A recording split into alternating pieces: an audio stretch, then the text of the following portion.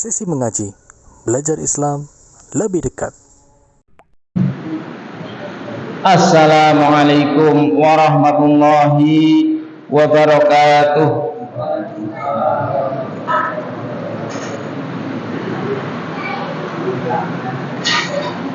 Alhamdulillah, assalatu wassalamu ala rasulillah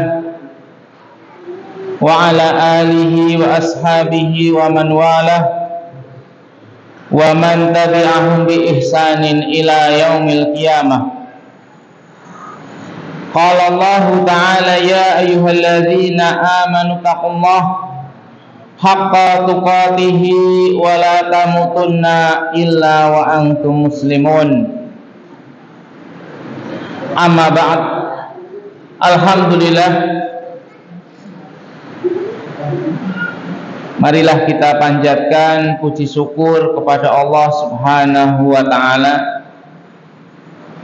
atas semua nikmat yang dilimpahkan kepada kita sekalian, baik nikmat-nikmat dunia ataupun nikmat-nikmat janji Allah di akhirat kelak, secara khusus bagi orang-orang yang beriman. Dan alhamdulillah, Allah Subhanahu wa ta'ala masih mengokohkan iman kita, sehingga kita masih diberikan semangat, keteguhan untuk beribadah kepada Allah Subhanahu wa ta'ala, sebagai bukti bahwasanya kita percaya, meyakini, mengimani adanya kehidupan setelah kematian. Jamaah yang semoga dirahmati Allah Subhanahu wa ta'ala, di kesempatan yang mulia ini akan kita sampaikan pembahasan terakhir yang disampaikan oleh Syekh Muhammad bin Shalih Al-Utsaimin dalam kitabnya Hukukun Ra'at Ilaihal Fitrah wa Qararatha Syariah, yang menjelaskan tentang macam-macam hak yang wajib kita ketahui dan wajib kita laksanakan. Dan kita masuk pembahasan al-haqul ashir, hak yang ke-10, dan ini merupakan hak yang terakhir dari hak-hak yang sudah kita sampaikan, mulai dari hak Allah Subhanahu wa ta'ala, kemudian hak Rasulullah sallallahu alaihi wasallam, yang ketiga apa? Setelah Allah, Rasulnya, kemudian hak kedua orang tua, kemudian hak anak, kemudian hak karib kerabat, kemudian hak tetangga, yang ketujuh hak, ayo lupa ini ya, suami istri, kemudian yang ke-8 hak sebelum itu hak pemimpin, pemimpin dan rakyatnya. Yang kemarin, masa kemarin lupa.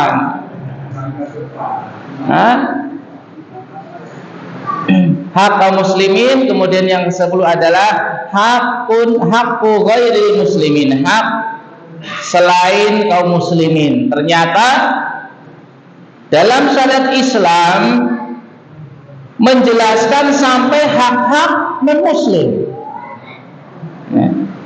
sehingga akan kita ketahui orang yang paling menghormati orang kafir adalah ahlu sunnah.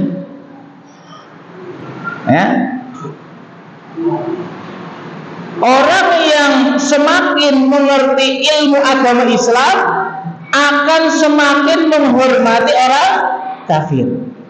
Tapi orang kafir yang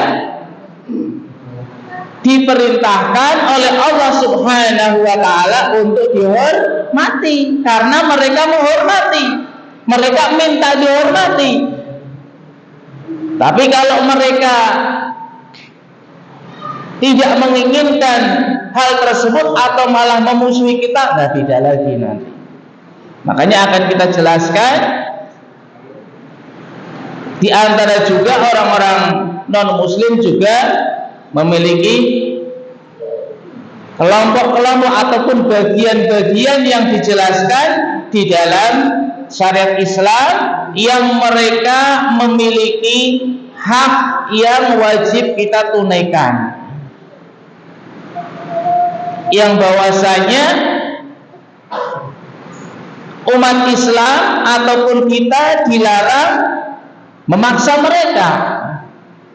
Seseorang masuk ke dalam Islam adalah pilihan masing-masing. Sebagaimana para jamaah setelah mendapatkan karunia keislaman dari orang tuanya, itu pun masih diberikan kebebasan untuk tetap memilih sebagai seorang muslim atau pindah agama, yang masing-masing memiliki juga konsekuensi atau akibatnya. Dalam sebuah ayat Allah Subhanahu wa taala menjelaskan dalam surat Al-Baqarah ayat 256, la ikraha fiddin. La ikraha fiddin, tidak ada paksaan dalam agama. Qad tabayyana rusdu minal ghayy. Kenapa? Karena jalan yang lurus dengan yang bengkok sudah jelas dalam agama Islam. Tinggal bagaimana kita ingin menuntut ilmu atau tidak, itu pun pilihan, tidak ada paksaan. Kalian diberikan kemudahan, diadakan pengajian rutin, gratis, tidak bayar, tidak ditagih bayaran, tidak disuruh kamu harus masuk menjadi anggota, tidak usah, cuma duduk gratis, dapat teh manis, masya Allah, dapat ilmu, ya, akhiratnya dapat, dunianya dapat, kurang apa? Misalnya tidak punya pekerjaan, tanya teman-teman ada pekerjaan tidak, masya Allah. Jadi pertemuan dalam majelis ilmu itu banyak sekali faedahnya yang Allah Subhanahu wa taala membuka barokah di situ, baik dunia ataupun akhiratnya. Allah Subhanahu wa taala tidak memaksa siapapun dalam beragama, la ikraha fiddin. Kenapa? Karena sudah jelas jalan yang lurus dengan yang bengkok itu sudah jelas di dalam agama Islam. Ini yang halal, ini yang haram, sudah jelas. Imam Ibnu Katsir rahimahullahu taala menjelaskan, la tukrihu ahadan ala dukhuli fi dinil Islam. Janganlah kalian itu memaksa seorang pun untuk masuk ke dalam Islam, tidak boleh. La ikraha fiddin, jangan memaksa. Kamu harus masuk Islam, tidak boleh.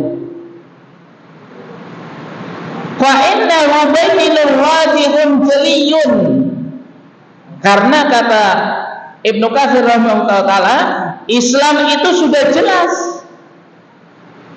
terang benderang, dalailuhu wa barahinuhu, dalil-dalilnya, keterangannya sudah jelas. La yahtaju ila ayyukraha ahadan, tidak perlu ahadun, salah seorang itu dipaksa untuk masuk Islam, ala dukhuli fihi, karena sudah jelas, ya. Sehingga Allah Subhanahu wa ta'ala pun menjelaskan sikap seorang muslim terhadap mereka, tentunya sesuai dengan yang diinginkan oleh Allah dan Rasulullah Shallallahu Alaihi Wasallam ketika mereka atau manusia memilih untuk tetap pada pendiriannya, tidak mau memilih agamanya Islam. Qala al-mu'allif rahimahullahu ta'ala, ghairul muslimina yasmalu jami'al kafirina. Yang dimaksud non muslim atau selain kaum muslimin mencakup seluruh orang-orang kafir. Wa hum asnafun arba'atun. Mereka ada 4 golongan. Orang-orang non muslim atau orang-orang kafir itu ada 4 golongan yang masing-masing memiliki hukum tersendiri yang harus kita ketahui, sehingga ketika kita berteman dengan orang kafir atau non muslim, dia golongan yang mana, sehingga kita akan menempatkannya sesuai dengan yang diinginkan oleh syariat Islam. Golongan yang pertama yakni harbiyun, orang kafir yang menyerang, ya, orang kafir yang menyerang kaum muslimin. Misalnya ada negara Islam atau Indonesia lah dijajah oleh orang-orang kafir. Kalau zaman dahulu dijajah oleh Belanda, ya. Kemudian golongan yang kedua, wa musta'minun, orang kafir yang minta keamanan, minta perlindungan kepada pemerintahan kaum muslimin, ya. Karena ada bahaya ataupun yang lainnya di negaranya ada kekacauan, kemudian ya pindah ke negara kaum muslimin, ya, minta perlindungan. Ini golongan yang kedua. Golongan yang ketiga, muahidun, ya, ini orang kafir yang melakukan perjanjian dengan kaum muslimin, sebagaimana dulu Rasulullah SAW melakukan perjanjian apa? Ayo, perjanjian Hudaybiyah. Ya, kalau salah dikoreksi, Ustadz juga bisa salah, ya. Tidak semuanya tahu, ya. Kemudian yang keempat adalah dhimmiyun, orang kafir dhimmi, ya.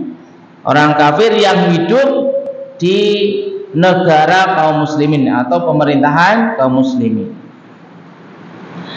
Golongan yang pertama, fa'ammal harbiyun falaisa lahum alaina haqqun. Golongan yang pertama, orang kafir yang menyerang kaum muslimin, namanya saya menyerang, ya, maka mereka tidak memiliki hak. Tidak ada kewajiban bagi kita untuk melindungi, ya. Hakun min himayatin aw riayatin. Tidak perlu kita melindungi mereka, memberikan, ya, perlindungan atau kasih sayang, membantu. Tidak perlu, mereka menyerang kita, ya.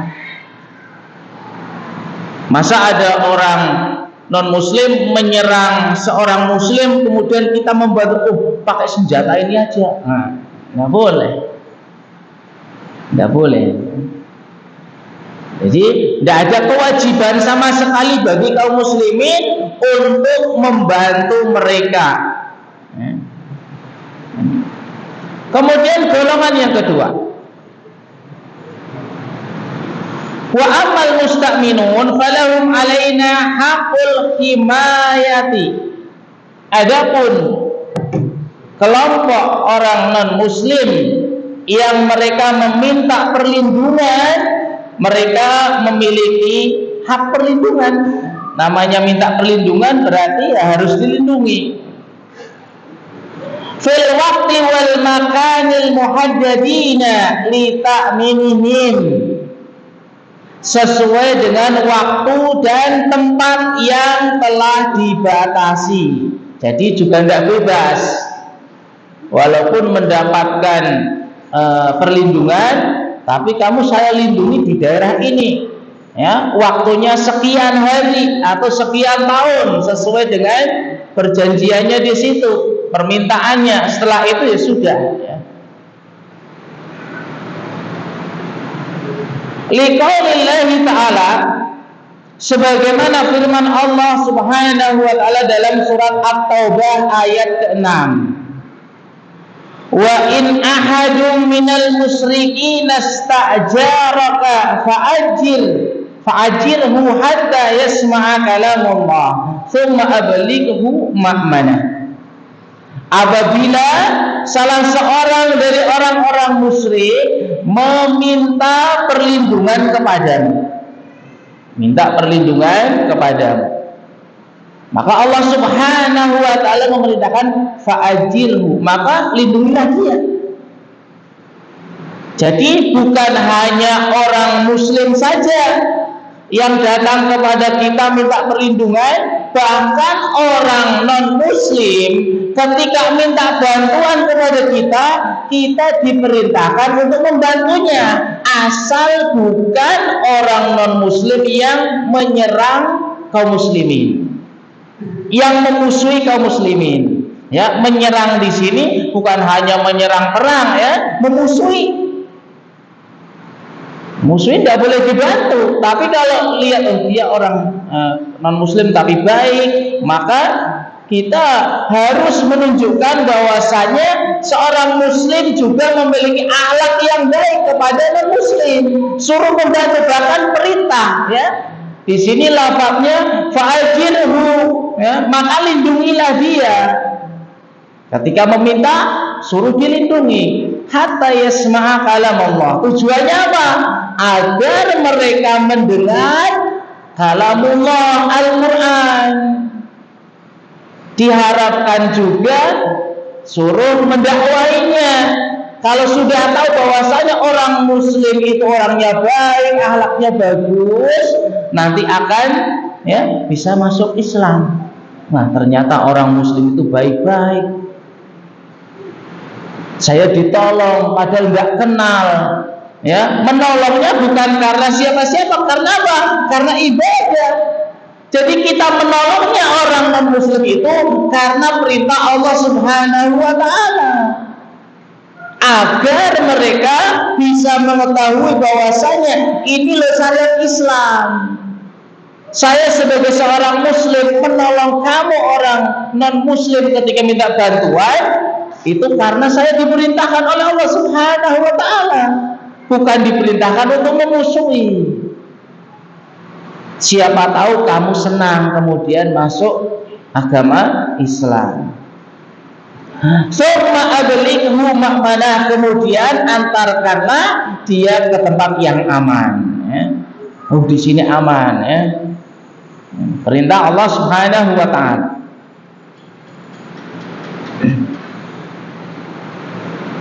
Kemudian golongan yang kedua,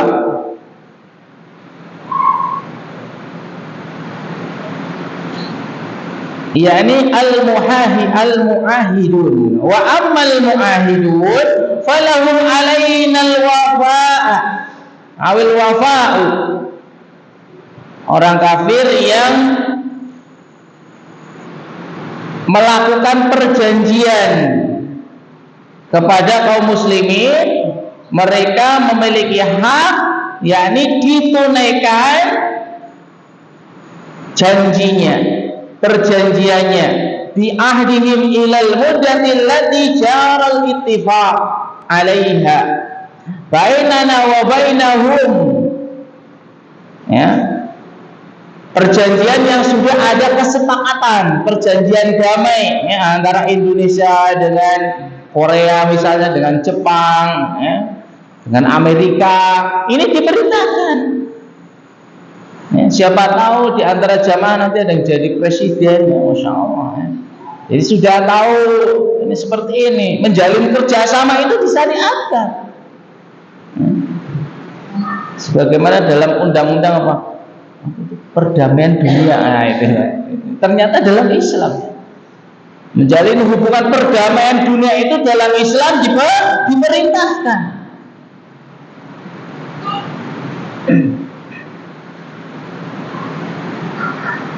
Ya, ini diperintahkan untuk menunaikan perjanjian yang sudah terjadi, ya, yang sudah disepakati antara kaum muslimin dengan non-muslim.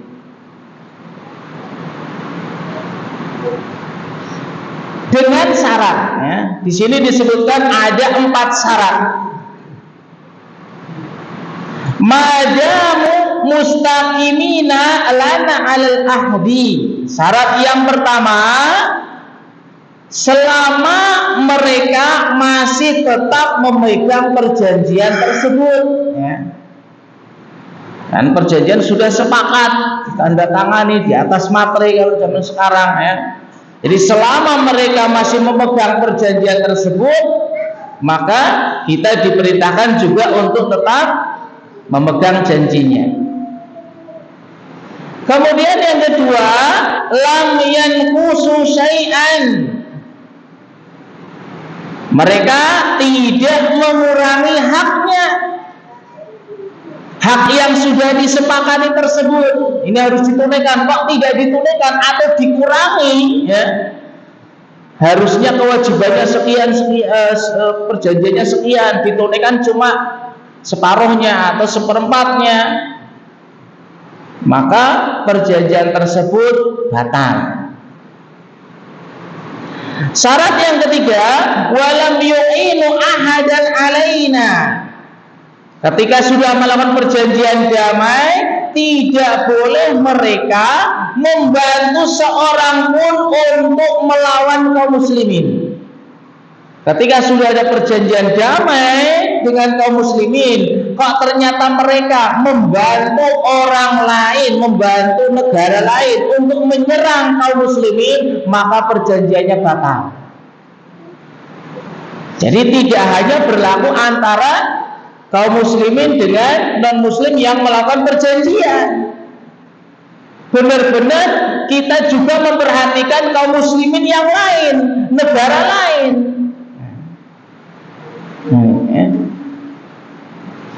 Syarat yang keempat, walam yuda'inu fi dinina.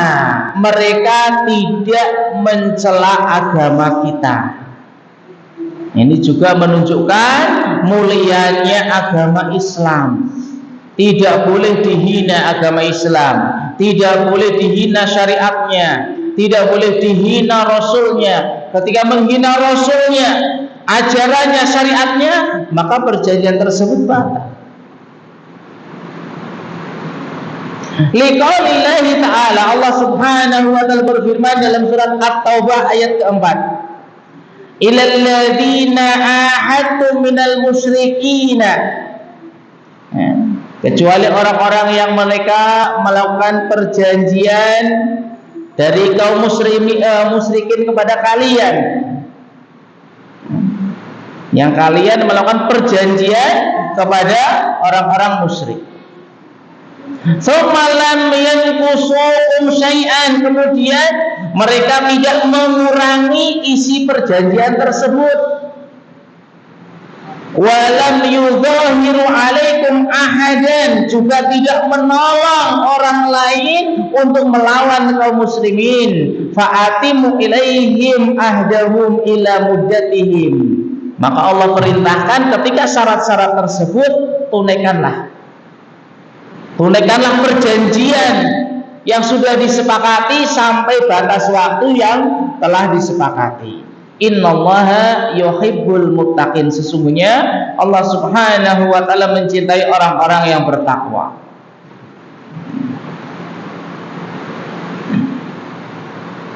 Kemudian dalam surat At-Taubah ayat 12, Allah subhanahu wa ta'ala berfirman, wa innaka tu aymanahum min ba'di ahdihim.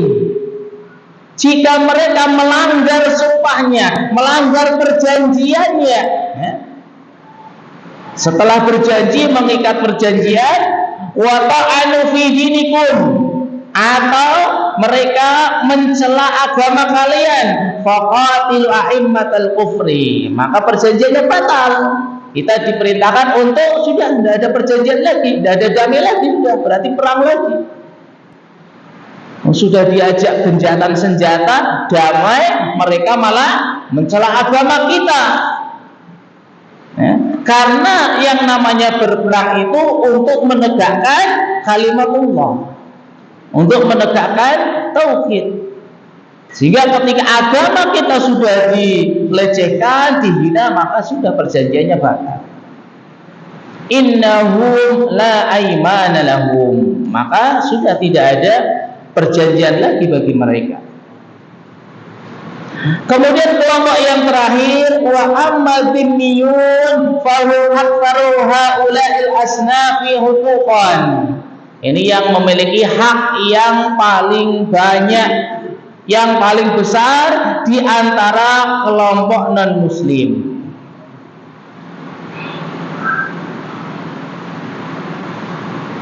Alasannya li'annahum ya'ishuna fi biladil muslimin, karena kafir dhimmi yakni mereka hidup di negara kaum muslimin.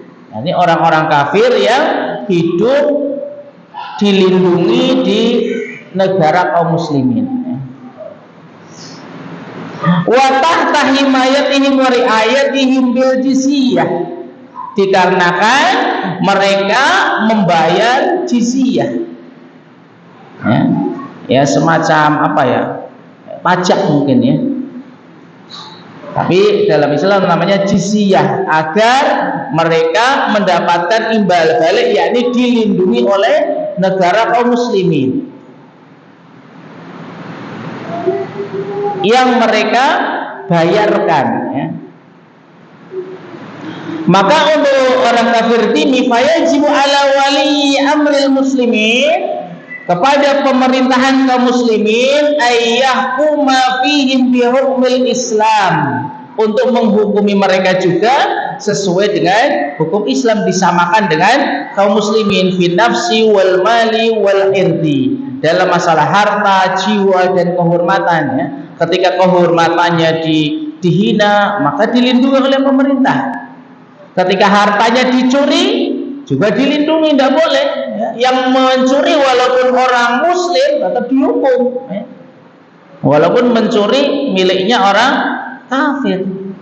Kok ada seorang muslim, misalnya ada seorang muslim yang memiliki pemahaman bahwasanya darah kaum muslimin ataupun hartanya kaum muslimin halal, kan ada ya jamaah yang diperintahkan, oh kamu jadi pembantu, kamu jadi karyawan, nanti kamu boleh ambil gelang majikanmu, ya, nanti disetor sekian persen, makanya pondokannya besar, ya. Gitu, ya. Ini ya. Karena ada ya orang terdekat pernah ke situ, ya. Nah, setoran tiap bulan itu, alhamdulillah sudah putus tambah ya. Kenapa? Karena kaum muslimin mereka tidak paham syariat agama Islam, bahwasanya orang muslim dilarang mendolimi orang-orang non muslim selain orang muslim yang menyerang kaum muslimin, mengambil hartanya, ya, menghina kehormatannya, menyakitinya, tidak boleh.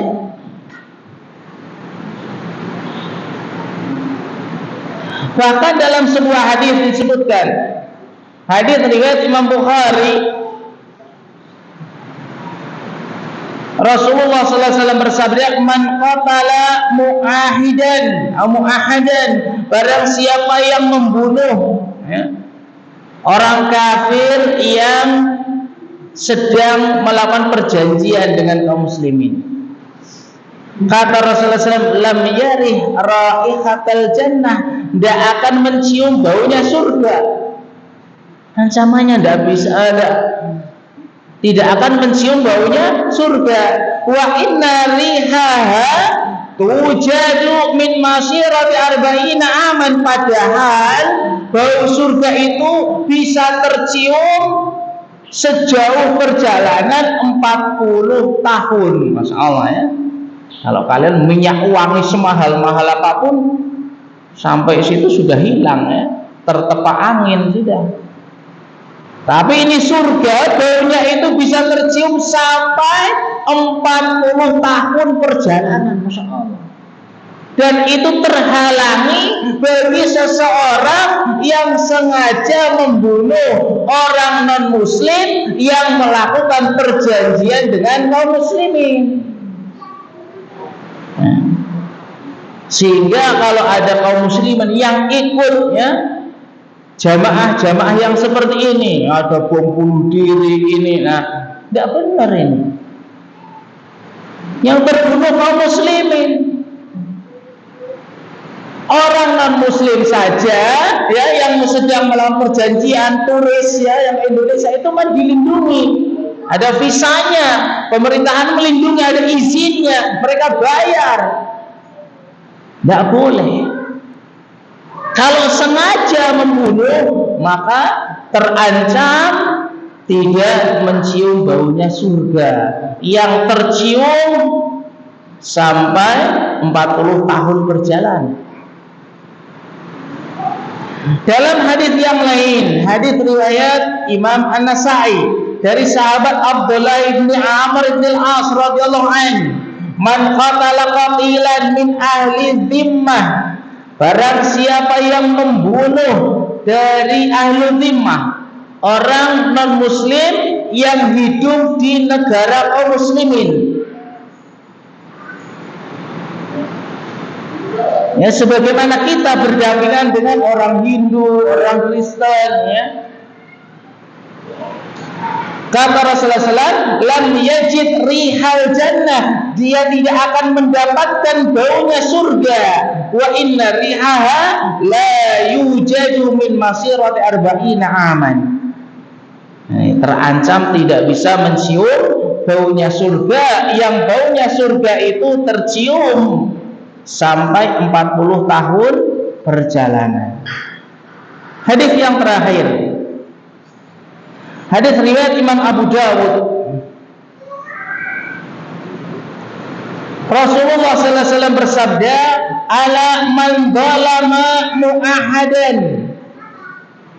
Ketahuilah bahwasanya siapa yang mendolimi ya, orang kafir yang sedang melakukan perjanjian damai dengan kaum muslimin, awin taqasahu, atau mengurangi haknya, au kalafahu fauqa taqatihi, atau membebaninya dengan beban yang dia tidak sanggup.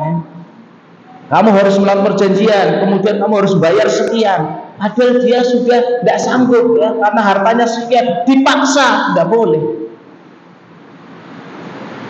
Au ahada minhu syai'an bi ghairi tibi nafsin, atau engkau mengambil sesuatu darinya, mencuri ya, tanpa dia rela, fa anna hajijuhu yaumal qiyamah, maka Rasulullah sallallahu alaihi wasallam pada hari kiamat akan murka kepadanya, murka kepada seseorang yang zalim kepada non muslim. Mungkin ini ya, dalil-dalil yang sudah kita sebutkan sudah cukup kiranya menjadikan kita menjadi seorang muslim ya, yang menunaikan hak-hak non muslim ya, terlebih lagi hak sesama kaum muslimin, hak kerabat ya. Sesama non muslim saja kita diberitakan tidak boleh mendolimi, apalagi kerabat kita, tetangga kita ya. Tentunya kita harus lebih lagi menghormati mereka. Mungkin ini yang bisa kita sampaikan. Subhanakallahumma bihamdika asyhadu an la ilaha illa anta astaghfiruka wa atubu ilaik. Assalamualaikum warahmatullahi wabarakatuh.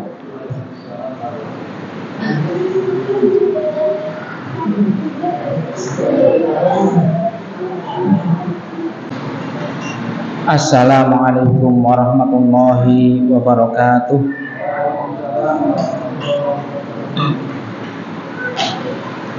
Alhamdulillah hamdan katsiran thayyiban mubarakan fih kama yuhibbu rabbuna wa yarda. Asyhadu an la ilaha illallah wahdahu la syarikalah wa asyhadu anna Muhammadan abduhu wa rasuluhu la nabiyya ba'dah, amma ba'd. Jamaah yang semoga dirahmati Allah Subhanahu wa taala, walaupun syariat Islam memerintahkan kita untuk melindungi golongan orang-orang non-muslim yang mereka melakukan perjanjian ataupun meminta perlindungan, ataupun orang kafir dhimmi, di sana ada peringatan. Jangan sampai kita kaum muslimin mengikuti akhlak mereka atau yang menjadi ciri khas mereka. Misalnya salib, ya, kemudian lonceng-lonceng, ya, karena itu bagian ciri khas keagamaan mereka yang kita sebagai kaum muslimin dilarang mencontoh mereka. Bahkan disebutkan dalam sebuah hadis, ya, riwayat Imam Tabrani, Imam Ahmad, dan juga yang lainnya, kharaja Rasulullah sallallahu alaihi wasallam ala masyikhatin minal ansar. Rasulullah sallallahu alaihi wasallam keluar, ya, bersama masyikhah, orang yang sudah tua, ya, dari orang Ansar. Bayadulihahum, yang jenggotnya itu sudah putih. Kemudian Rasulullah sallallahu alaihi wasallam mengatakan, faqala ya ma'syaral ansar, wahai orang Ansar, hamiru wasafiru wa khalifu ahlal kitab. Wahai orang Ansar, semirlah merah atau kuning, karena sudah putih, ya. Karena ketika uban atau ini sudah memutih, kita dilarang menyemir warna hitam, bahkan warna yang lain, ya. Jangan, wah sudah tua biar tampil muda, ternyata dalam Islam malah tidak boleh, ya. Dibolehkan menyemir warna yang lain, ya. Bahkan di sini disebutkan merah atau kuning, ya. Wa khalifu ahlul kitab, dan selisihilah ahlul kitab, ya, Yahudi dan Nasara. Qala faqulna ya Rasulullah inna ahlul kitab yatasarwaluna wa la ya'taziruna. Ahlul kitab itu mereka memakai sirwal tapi tidak mau pakai sarung. Nah, maka Rasulullah SAW mengatakan, tasarwalu wa'taziru wa khalifu ahlal kitab. Maka kalian ya pakai sirwal dan pakai sarung. Nah, sampai sarungan itu untuk menyelisih orang Yahudi, ya, ahlul kitab. Mereka tidak mau sarungan. Makanya para kiai Indonesia menyuruh santrinya sarungan semua. Ane jadi, wah berarti anak juga harus sarungan, ya. Kalau di rumah, ya, di kampung sarungan, ya sarungan itu. Ternyata memang ada. Nah, secara khusus kita diperintahkan untuk pakai izar, ya, sarung, ya, insyaallah. Faqulna ya Rasulullah inna ahlul kitab yatahaffafuna wa la yanta'iluna. Mereka pakai sepatu dan pakai sandal. Masya Allah, sampai itu, ya. Maka Rasulullah SAW mengatakan, fatahafifu wanta'ilu, maka pakailah kalian sandal, pakailah sepatu dan sandal. Kalau mereka sukanya sepatu, ya, tapi tidak mau pakai sandal. Nah, untuk menyelisihinya, kalian ya pakai sepatu dan pakai sandal. Wa khalifu ahlal kitab, dan selisihilah mereka. Faqulna ya Rasulullah inna ahlul kitab yaqusuna athaminahum wa yuwafiruna shibalahum. Mereka memotong jenggot-jenggot mereka dan membiarkan memotong jenggot dan membiarkan ujung kumisnya. Jadi kumisnya panjang, ininya dipotong. Faqala Nabi sallallahu alaihi wasallam, maka Rasulullah SAW mengatakan qassu shibalakum, ya, potonglah ujung kumis kalian. Jangan jangan semuanya, nanti kayak perempuan. Ini sisai sedikitnya, kan laki-laki.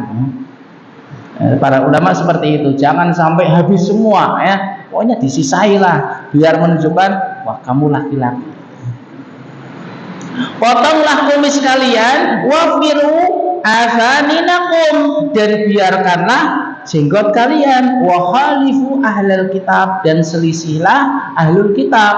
Makanya banyak kita menjumpai ahlul kitab ininya panjang, ininya dipotong. Nah, kita disuruh menyelisihinya. Maka lihatlah para pendahulu kita, semua kiai-kiai kita zaman dahulu sunnah, ya.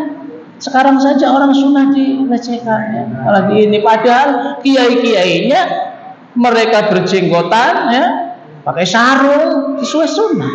Tapi kenapa kitanya tidak mau mengikutinya, ya? Maka ketika kita mengaji beragama, maka hendaklah kita mengikhlaskan niat karena Allah Subhanahu wa ta'ala, ya. Niatkan benar-benar untuk menuntut ilmu, mencari kebenaran. Insya Allah akan Allah beri hidayah. Mungkin ada pertanyaan?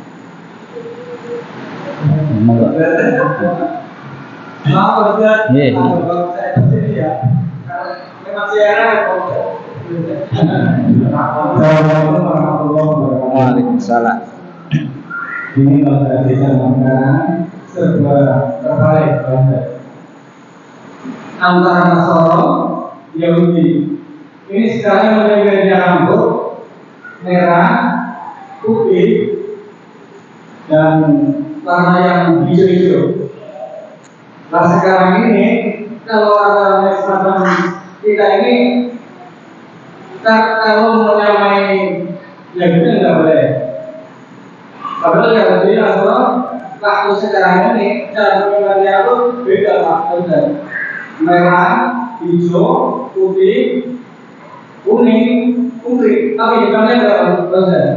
Itu bagaimana cara menghilangkan Waalaikumsalam. Mereka menyemir rambutnya merah, kuning, putih, macam-macam, ya. Nah kita bagaimana? Jangan ikut. Maksudnya bagaimana? Ada yang ikut maksudnya. Kalau itu bagian dari syiar mereka, ya, syiar agama, itu jelas haram hukumnya. Bagian dari syiar, haram hukumnya. Kalau hal tersebut, ya, dalam agama Islam tidak ada hukumnya, tapi dalam adat masyarakat kok tidak baik, itu juga masuk dalam syariat Islam. Sesuatu yang di dalam Islam tidak disyariatkan, tapi adat itu ada aturannya dan tidak berlawanan dengan syariat Islam, maka hukum adat tersebut menjadi bagian dari syariat Islam, ya.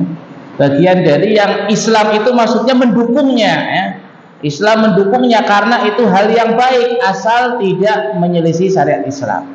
Adapun yang ikut-ikutan seperti alam, ya, kalau itu bagian syiar mereka, ya tidak boleh. Yang jelas insya Allah adat kita tidak baik lah. Wong gondrong sedikit saja kita dulu suruh ditepis ini, ya. Gondrong tidak baik. Apalagi yang semir itu mungkin sekarang ya identik dengan itu, ya, apa, LGBT mungkin itu, ya, yang warna itu mungkin, ya, yang kayak permen pelangi. Nah mungkin menjurusnya ke sana, mereka ingin menyiarkan itu. Nah, kalau tidak salah sekarang itu lagi gencar-gencarnya warna itu untuk menyiarkan dibolehnya sesama jenis, pembolehan sesama jenis. Nah, itu jelas-jelas haram, tidak boleh. Kalau itu identik ke situ sudah, tidak ada tawar-menawar lagi, itu jelas tidak boleh. Oh, Bolehkah menyemir rambut hitam? menyemir rambut hitam Iya, biar jadi hitam. biar jadi hitam. Oh alam ya. Kalau larangannya itu ya dilarang menyemir rambut hitam, tidak boleh. Menyemir rambut hitam tidak boleh. Boleh menyemir rambut itu selain warna hitam. Adapun tujuannya, hikmahnya, wa alam, ana tidak tahu itu. Kenapa kok dilarang? Yang dilarang ya. Yang namanya larangan insya Allah pasti ada madorotnya. Kenapa kok dilarang? Ya. Tinggal nanti dicari tahu hikmahnya apa. Sebagaimana dulu, kenapa kok kalau ada lalat masuk suruh dicelupkan, ininya jangan dibuang, boleh diminum. Ada lalat itu, menurut lalat kan jijik ya, tapi dalam Islam suruh dicelupkan, dibenamkan semua, nanti diambil dibuang lalatnya, ininya boleh diminum. Karena ternyata setelah diteliti, sayap yang satu mengandung racun, satunya lagi obatnya. Dan untuk hikmah semua dalam syariat Islam, yang harus kita yakini semuanya pasti ada kebaikan. Sesuatu yang dilarang pasti ada bahayanya, cuman kita mungkin belum tahu. Masalah semir dalam Islam dibolehkan menyemir selain warna hitam, terutama uban.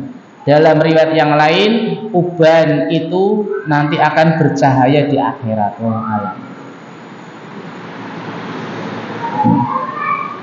Ustaz, saya pernah ditipu orang, sama.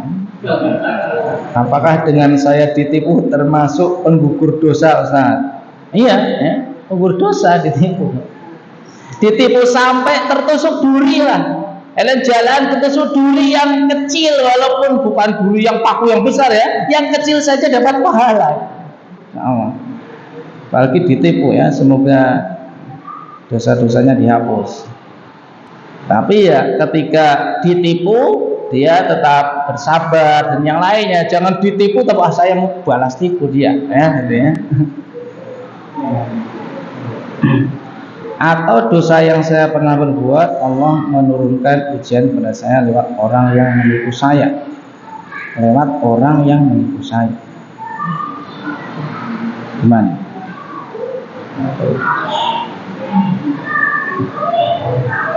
Ngomong alam ya, ngomong alam. Yang jelas dosa-dosa kita kaum muslimin ya, terutama orang mukmin itu akan Allah turunkan di dunia. Cara menghapusnya di antaranya adalah dengan memberinya musibah. Jadi musibah atau ujian yang menimpa orang-orang mukmin itu bukan aib ya. Karena itu salah satu penghapus dosa, penggugur dosa, dan untuk menaikkan derajat orang mukmin ya. Jadi bisa saja ujian, musibah yang menimpa kita itu bagian dari dosa yang kita lakukan, sehingga ketika kita mendapatkan ujian bukan malah memusuhi Allah atau buruk sangka kepada Allah, justru malah kita menyadari, wah ini mungkin dosa saya yang saya lakukan, sehingga mungkin Allah akan membersihkan dosa-dosa saya, sehingga kita bisa bersabar menghadapi musibah yang Allah berikan. Pak Ustadz, Islam kan mengajarkan bertoleransi kepada non-muslim, sedangkan sesama muslim apakah harus bertoleransi juga jika berbeda madhab, berbeda pendapat? Iya, bertoleransi iya. Bertoleransi sesama kaum muslimin yang berbeda madhab. Nah, ketika ada perbedaan apa? Farudduhu ilallahi wa rasulih. Udah gampang. Farudduhu ilallah wa rasulih, kembali kepada Allah dan Rasulnya. Jangan kembali ke golongannya, tidak pernah ketemu sampai hari kiamat. Maka Allah berikan solusi, farudduhu ilallah. Carilah bareng-bareng dalam Al-Quran. Ayo cari, yo ini. Carilah dalam hadis, nanti ketemu. Kalau carinya, oh ini madhab saya, tidak bakalan ketemu. Karena semua madhab sama. Baik Imam Syafi'i, Imam Malik, Imam Abu Hanifah, ya, rahimahumullah, semuanya mengajak kembali kepada Al-Quran dan Sunnah, semuanya. Mereka semua akidahnya satu. Jadi yang berbeda itu dalam memahami fikihnya. Akidahnya sama. Akidahnya sama. Menyuruh menyembah satu Allah sama. Ya. Tapi dalam memahami nas, dalam fikih mereka berbeda pendapat, ya, tentunya dengan hujah mereka masing-masing. Mungkin yang satu belum menemukan hujah yang lainnya, kan jaraknya dulu belum ada telepon. Coba dulu ada telepon, insya Allah satu. Ya Imam Syafi'i, kamu kok dapat hadis ini dari mana? Oh ini, oh ya saya ikutlah. Kalau dulu ada telepon, ada internet, belum ada. Sehingga kalau mereka sama, idza sahal hadis fahuwa madhhabi. Kata Imam Syafi'i, apabila ada hadis sahih itu adalah madhab saya, sudah. Jika ada perkataanku menyelisihi sunnah, tinggalkan perkataanku. Itu imam sendiri yang menyuruh. Kok anak buahnya tidak mau? Padahal semua imam itu mengatakan, kalau perkataanku itu menyelisihi sunnah, tinggalkan perkataanku, ikutilah sunnah. Jadi mereka itu tidak akan disalahkan nanti di akhirat. Yang salah kita. Karena kita diperintahkan oleh Allah dan diperintahkan oleh imam-imam kembali kepada Al-Quran dan Sunnah. Insya Allah itu toleransi yang baik. Akan tetapi jika mereka tetap dengan pendapat mereka, ya toleransi. Sampai-sampai mereka ingin keluar dari agama Islam pun kita tidak boleh memaksa. Tadi kan la ikraha fid, kepada non muslim saja silakan, ya. Nah, tapi kan kita punya kewajiban saling menasihati, tentunya dengan akhlak yang mulia, ya. Kita diperintahkan untuk mengajak yang lebih baik, oh ini yang lebih benar, oh ini yang baik, seperti itu, tentunya dengan akhlak yang baik.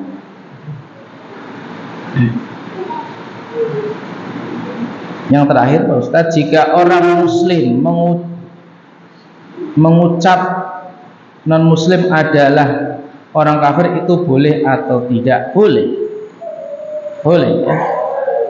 Sebagaimana tadi disebutkan, ghairul muslimina yasmalu jami'ul kafirin. Non muslim itu mencakup semua orang-orang kafir. Yang menjelaskan non muslim itu orang kafir adalah Allah Subhanahu wa ta'ala, ya. Karena mereka mengingkari. Orang kafir itu kan mengingkari Allah, mengingkari Rasulullah, mengingkari hal-hal syariat Islam yang menjadikan mereka itu tidak mau masuk Islam. Cukup, ya? Ada lagi? Mungkin ini yang bisa kita sampaikan. Semoga bermanfaat dan bisa kita amalkan adab-adab yang sudah kita sebutkan, sehingga kita bisa menunaikan hak-hak sesama manusia, baik kaum muslimin ataupun non muslim, sehingga kehidupan kita di dunia kedepannya jadi lebih lancar dan lebih dihargai oleh orang lain, selama kita menghargai orang lain, tentunya karena Allah Subhanahu wa ta'ala, bukan karena untuk mendapatkan dunia, tahta, jabatan dan yang lainnya. Kita menghargai orang lain karena menunaikan perintah Allah Subhanahu wa ta'ala, karena beribadah kepada Allah Subhanahu wa ta'ala. Allahumma inna nas'alukal huda wa tuqa wal afafa wal ghina. Subhanakallahumma bihamdika asyhadu an la ilaha illa anta astaghfiruka wa atubu ilaik. Assalamualaikum warahmatullahi wabarakatuh.